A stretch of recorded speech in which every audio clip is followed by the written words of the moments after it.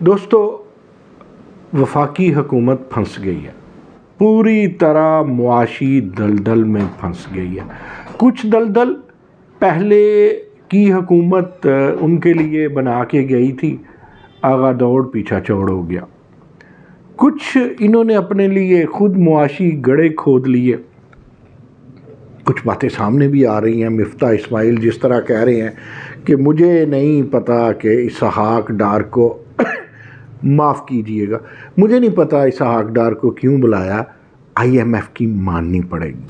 میری عام طور پہ دو لوگوں سے معاشی حوالے سے بات ہوتی ہے، اس سے زیادہ سے بھی ہوتی ہے، لیکن بالخصوص دو لوگ، ایک تو رضوان رضی جو نیشن کے کامرس ایڈیٹر رہے، بزنس ریکارڈر جیسے بزنس کے بڑے اخبار میں کام کرتے رہے، دوسرا ینگ مین ہیں، لمز کے گریجویٹ ہیں، رغیب الدین، خواجہ رغیب الدین، ان سے بات ہوتی ہے۔ وہ پہلے دن سے کہہ رہے تھے کہ آئی ایم ایف کی ماننی ہے۔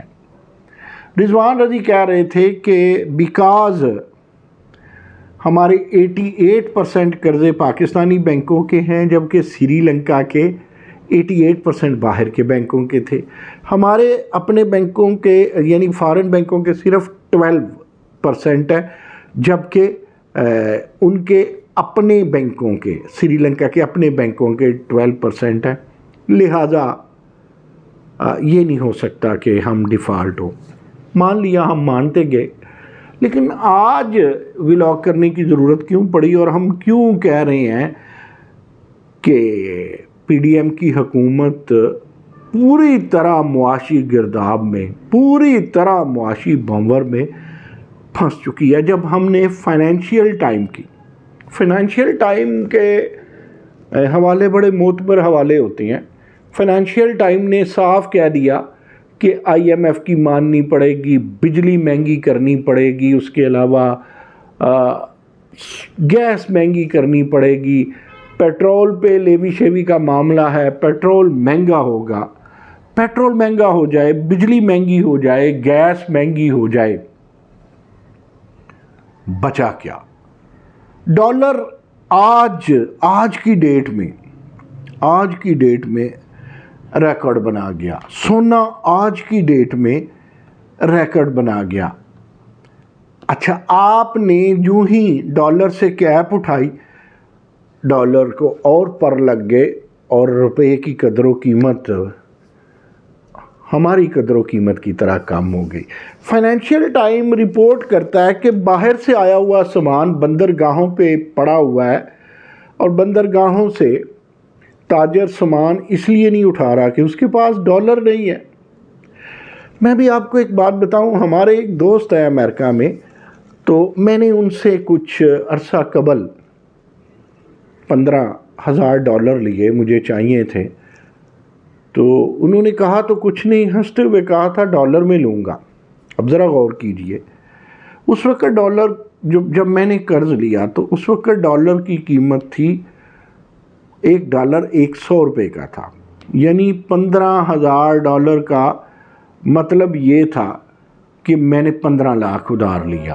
آج اگر انہیں میں ڈالرز میں واپس کروں تو میں 15 دونا 30، پھر 15 کا ہاف کر لے جو 7.5 بنتا ہے، تو میں 38 لاکھ کیسے دے سکتا ہوں؟ میں اپنی اگزامپل دے رہا ہوں، ٹرو اگزامپل، کہ میں نے اپنے ایک دوست سے 2013 میں لیا، وہ ابھی تک دیے نہیں، وہ قرض واپس نہیں کیے، اور وہ بنتا تھا اس وقت کے حساب سے 15 لاکھ، اب وہ بنتا ہے 15 دونا 30 اور آگے کر کے $50 پر پہ، تو وہ آپ کے سامنے ہے۔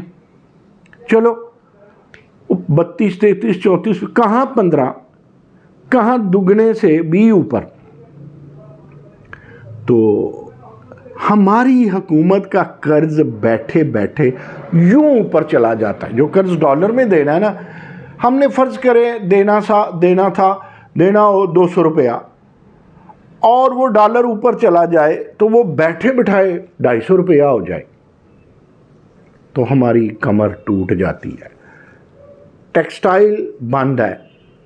باقی مائکرو فائنینس سے ہم دور ہو چکے ہیں مشرف دور سے لے کے تاحال.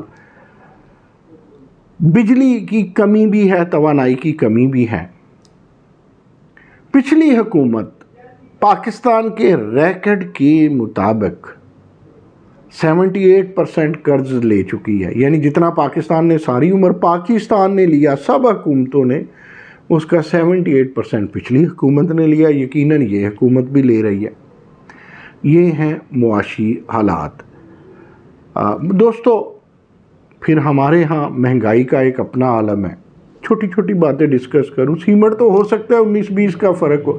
اینٹ آپ بہاولپور سے لے تو آپ کو 7,000 میں 1,000 اینٹ مل جاتی ہے. آپ لاہور سے لو تو 15,000 میں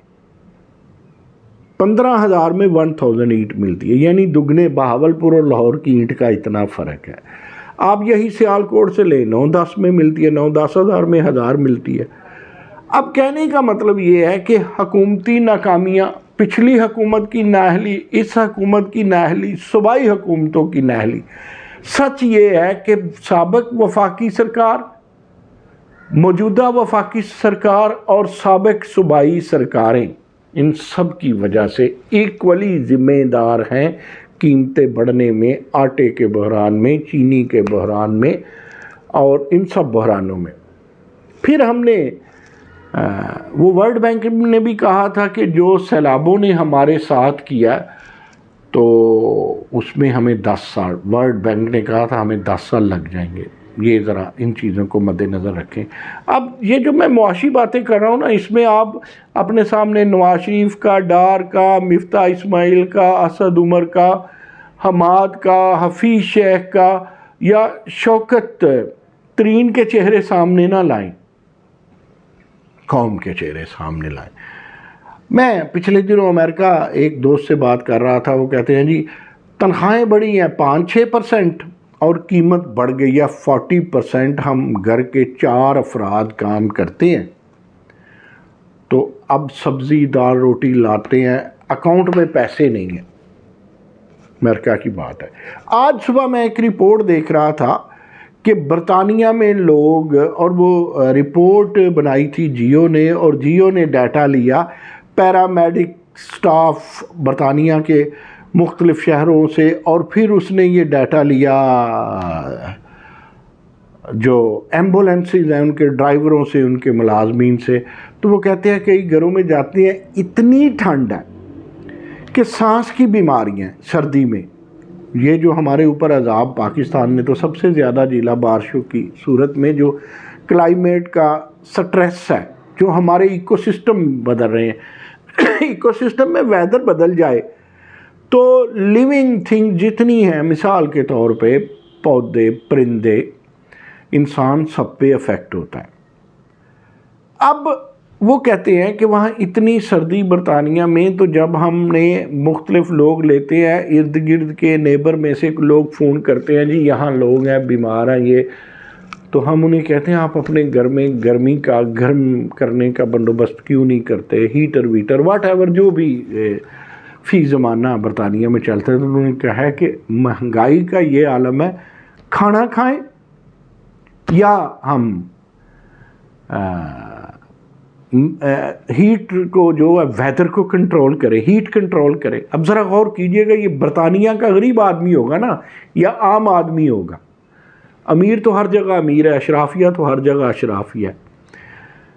میں جب بات کرتا ہوں, میں جب خود ناروے گیا تو ناروے کی آبادی آج بھی 6.5 ملین ہے. ویسے ہم 23 کروڑ کہتے ہیں, میرا تو دل کرتا ہے +5 کہہ لوں, لیکن اس سے بے عزتی ہوتی ہے اس لیے ہم کہتے نہیں ہیں. تو 6.5 ملین کی آبادی, ان کے پھول پتیاں ایکسپورٹ ہوتے ہیں, ٹیلی نور ان کا ہے. پٹرولیم مصنوعات ناروے کی اپنی ہیں, سویڈن کو, ان کو کیا فرق پڑے گا؟ وہ آپ کے ہاں آبادی کتنی بڑھ رہی ہے. برطانیہ کی میں نے اگزامپل دی, آج کی جہاں سے بات شروع کی وہاں کی اینڈ سیاسی بات پہ کرنی ہے.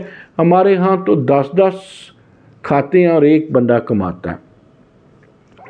میرا آپ کا سب گھروں کا اپنے ارد گرد دیکھیے, خوش قسمت ہیں وہ گھر جہاں کھانے والے تھوڑے اور کمانے والے زیادہ ہیں یا ایکول ہیں. میں اب 2-2 کی ریشیو کہ 4 کھاتے ہیں اگر تو 2 کماتے ہیں. تو آپ یہ دیکھیے ان ممالک میں کیا حال ہے. اور میں برطانیہ کی بات کر رہا ہوں جس کا کبھی سورج غروب نہیں ہوتا تھا, ہمیں بھی غلام رکھا انہوں نے. اب آئیں سیاسی مسئلہ کیا ہے. اگر دیکھا جائے, اصول دیکھا جائے, پچھلی حکومت نے اتنے بلنڈر کیے کہ اس حکومت کی جولی میں آگے. اچھا, اس حکومت کی جولی میں اس کے پچھلی حکومت کے بلنڈر بھی آئے, لالچ ہوئی, وہ گریڈی ڈاگ والا معاملہ ہوا. شاید اکثر سیاست میں ہوتا ہے, ہم کیا نہیں پاتے, انگریزی میں کہہ دیں نا گریڈی ڈاگ, تو ذرا لوگ قبول کر جاتے ہیں. اب پچھلی حکومت کی جو کیا کرایا وہ آ گیا شہباز شریف کی جولی میں. شہباز شریف کے اپنے بلنڈر آ گئے شہباز شریف کی جولی میں. اب اگر آج ہی یہ کہتے ہیں جی ہم we are going to face the election جو عمران خان چاہتے ہیں, تو پی ڈی ایم کے پلے ککھ نہیں رہے گا. سب سے زیادہ بالخصوص نواز شریف کے پلے ککھ نہیں رہے گا, اور بالعموم زرداری صاحب اور مولانا فضل الرحمان کو کسر لگے گی. اب اگر وہ الیکشن نہیں کراتے, آئی ایم ایف کی ماننی پڑے گی. الیکشن نہیں کراتے تو پی ڈی ایم کی حکومت کو اب یہ طے ہے.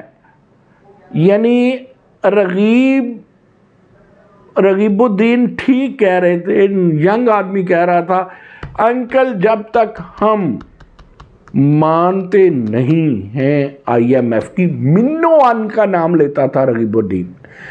رغیب کہتا تھا منو ان نہیں مانتے آئی ایم ایف کی.